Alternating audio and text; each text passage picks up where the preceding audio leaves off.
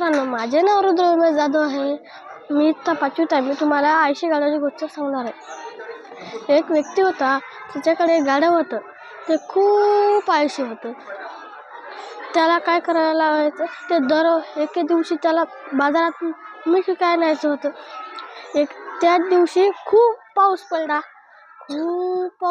की काय झालं, नदीला खूप पाणी आलं. तिच्यात काय झालं, गाढवाचा पाय घसरून गाढव पडलं की ते मीठ होतं. मीठ तर जाणार पुरं विरघळून.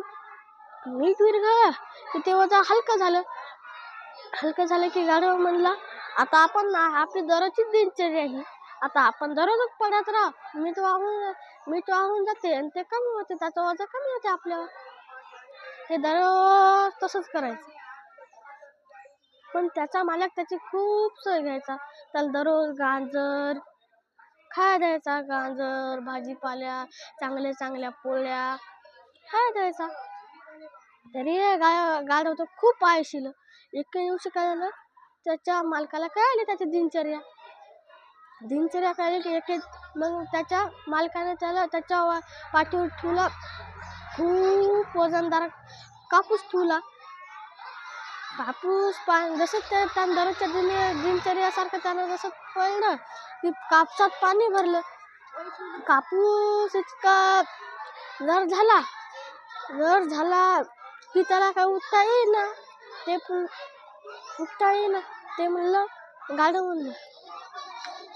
गाढव म्हणलं की हे तर वजन कमी व्हायच्या जागी वाढायलंय, आपण काय करा. त्याच्या मालकाने त्याला खूप वजन वाढलं, त्याला बाहेरच काढलं नाही.